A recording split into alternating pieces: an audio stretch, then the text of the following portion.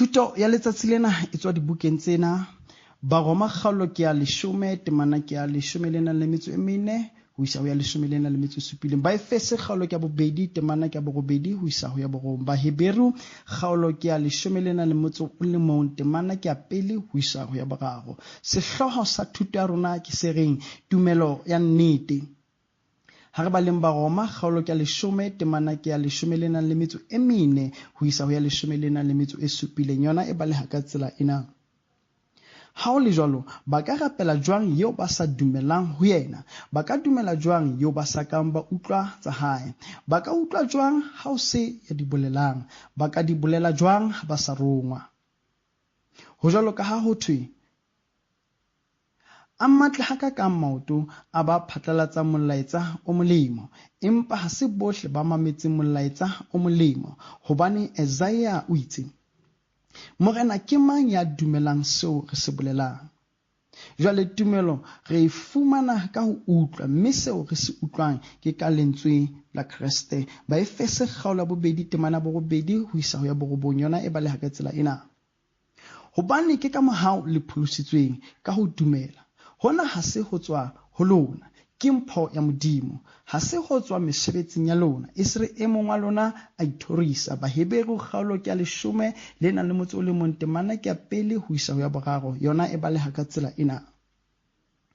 Tumelo ke ho tshepa dintho tse ntseng di lebelletswe, ke ho kgodiseha ka tse song ho bonwe. Ke ka lebaka la yona baholo ba rona ba ileng ba pakwa. Ka tumelo re utlwisisa hore lefatshe lohle le bopilwe ka lentswe la Modimo, mme tse bonwang di tswa ho tse sa bonweng. Ho tswa katekisemeng ya rona re tla bala letsatsing la Morena la bosupa, mme re tla bala potso le karabo ya 21. Potso ya 21 e baleha ka tsela ena. Tumelo ya nnete ke eng? Karabo: tumelo ya nnete ha se tsebo e tiileng fela, yeo ka yona ke amohelang tsohle tseo Modimo a senoletseng tsona lentsweng la hae hore ke nnete. Empa ho feta moo, ke tshepo e tiileng yeo moya o halelelang a e hlahisang ka pelong ya ka efangedi ya hore ha se ba bang fela, empa le nna ke neilwe tshwarelo ya dibe, toka e sa feleng, le pholoso ke Modimo, ka mohau fela, mme e le fela ka baka la mosebetsi wa Kreste. Jwale, haeba re kopanela le Kreste ka tumelo, re hloka ho tseba ho kgetholla pakeng tsa tumelo ya nnete le ya bohata. Ka ho qoleha, ho na le tsela tse tharo tse tlwaelehileng setjhabeng sa rona tsa boiketsetso ba tumelo, kapa re ka hlalosa hore tumelo ya maiketsetso.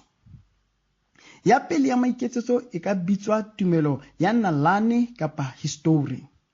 Mona ke ha motho a na le tsebo e ngata ya Bibele, ka ho qotsa dikgaolo le ditemana, a tseba tsohle ka Adama le Eva esita le mantswe a Jesu Kriste, empa ha sa dumele Bibele.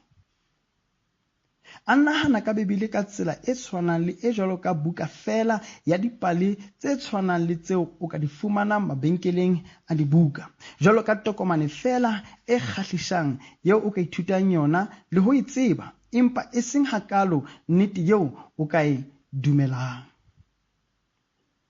Ya bobedi ya bohata ke tumelo ya nakwana. Ena ke nako eo motho e mong a ipolelang hore ke Mokreste, mohlomong ka nako e itseng ha thabile haholo ebile a labalabela ho paka ka Jesu Kriste le ho mo phelela, empa jwalo ka peo e weleng letlapeng kapa ka hara meutlwa, tumelo ya hae ha e tshwarelle. Ho fihla nako eo ka yona motho a tlohelang a ye hole le lentswe la Modimo, a se a sa ikemisetsa ho ikokobeletsa Jesu, ke ho kgahlwa ke menate, matshwenyeho le mathata a lefatshe lena. Ya boraro ya bohata ke tumelo e tswakilweng. Mona ke mo motho a tla ipolela hore o na le tumelo ho Jesu le lentswe la Modimo, empa ha a dumele Bibele ho fetola monahano wa hae kapa boitshwaro ba hae. Mo lengolo le nyatsa mofuta o itseng wa boitshwaro jwalo ka botahwa, bofebe kapa borapedi ba badimo. Ba nang le tumelo ena e tswakaneng ba tla fumana mokgwa wa ho lokafatsa diketso tsa bona. Ba tla fumana tsela ya ho tswela pele ho etsa se kgahlanong le lentswe la Modimo, ha ka nako e tshwanang ba ntse ba bolela hore ke ba Jesu mme ba batla ho mo sebeletsa. Ho fapana le tumelo tsena tsa maiketsetso, ho na le tumelo ya nnete. Tumelo ya nnete e hloka o be le tsebo. O hloka ho tseba ho hong ka Modimo le ka evankhedi hore o be le tumelo ya nnete. Jwalo ka ha re bona ho Bahebero kgaolo ya 11, e akareletsa ho utlwisisa hore tsohle di entswe ke Modimo. Ho ba Roma kgaolo ya 10, Paulus o hlakisa hore o ka dumela fela seo o se utlwileng. O hloka tsebo ka Jesu Kriste le seo a se entseng e le hore o be le tumelo ho yena. Empa tsebo ha e tshwane le tumelo.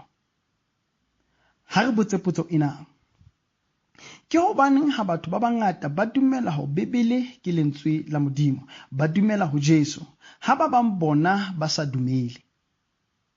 Sena se hlakisa hore ho ameha ho hongata tumelong ya nnete ho feta tsebo fela. Nnete ke hore tumelo ya nnete e akareletsa ho amohela nnete ya Bebele, kgodiseho e tileng ya hore seo Bebele e se rutang sona ka Modimo ke nnete. Boikemisetso ba ho haha bophelo dithutong tsa lentswe la Modimo, kgodiseho ya hore Jesu Kriste ka sebele o lefile kotlo ya dibe tsa rona mme re ba hae, e seng tsebo e sa utlwahaleng, empa ho itshepa ha nnete.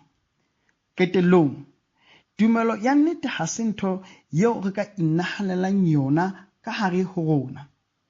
Jwalo ka ha re bala ho Baefese kgaolo ya 2, ke mpho ya Modimo ya moya o halellang a re fang yona. Mme neo ena e newa ka thero ya Modimo. Lentswe la Modimo le batla le tshwana le sesebediswa seo moya o se sebedisang ho theha tumelo ya nnete ka hare ho rona. Ha ditaba tse molemo tsa Jesu Kriste di hlaloswa, moya o halelang o sebetsa ka hara dipelo tsa batho ba Modimo e le hore ba seke ba utlwa nnete fela le ho qhelela ka thoko kapa jwalo ka pale e monate fela, empa hore ba batle ho amohela nnete eo le ho e amohela e le nnete ho tswa ho Modimo. Ka ha re kopanetse le Kriste, ka ha o re kopantse le Kriste, o boetse o sebetsa dipelong le dikelellong tsa rona e le hore re tle re tswele pele ho tshepa Jesu le ho mo mamela maemong ohle a re hlahelang. Ka lebaka leo, ha re fumana hore lentswe la Modimo le re ruta ntho e nngwe eo re sa e rateng, kapa le senola boitshwaro ba boetsadibe, ha re iphapanyetse lentswe la hae, empa re etsa merero ya ho fetola le ho ikokobeletsa seo Jesu Kriste a se bolelang. Ha re rapeleng. Ntate wa rona, re a leboha hore ka mohau wa hao o rometse mora wa hao, morena wa rona Jesu Kriste, ho tla phela bophelo bo phethahetseng sebakeng sa rona le ho lefa kotlo e tshwanelang dibe tsa rona. Re leboha hore ebe re fumane kabelo melemong yohle ya hae ha re kopantswe le ena ka tumelo. Re a leboha ka mohau o le re fileng ona ha re utlwa evankhedi. Re a leboha ha moya wa hao o sebeditse ka matla dipelong le dikelellong tsa rona ho fetola menahano ya rona, ho fetola ditakatso tsa rona, ho re tlisa sebakeng seo ho sona re bakileng dibeng tsa rona le ho tshepa Jesu Kriste sebakeng sa tshwarelo. Ka kopo re thuse hore re se ke ra wela marabeng a tumelo ya bohata. E se ka le ka mohla re ke ke ra nahana hore tsebo ya Bibele e lekane. A re tshepeng hore lentswe la Modimo le tshwanetse ho dumelwa. A re hopoleng hape hore maphelo a rona a tlameha ho hauwa hodima nnete ya lentswe la hao. Hore lengolo le tlameha ho susumetsa monahano le boitshwaro ba rona. Re kopa o re matlafatse ka moya wa hao hore re tle re be le boikemisetso bo iketsehileng ba ho ikokobeletsa Jesu le ha re ruta ntho e re phepetsang yeo re sa batleng ho e utlwa. Ka lebitso la Jesu Kriste re a rapela. Amen.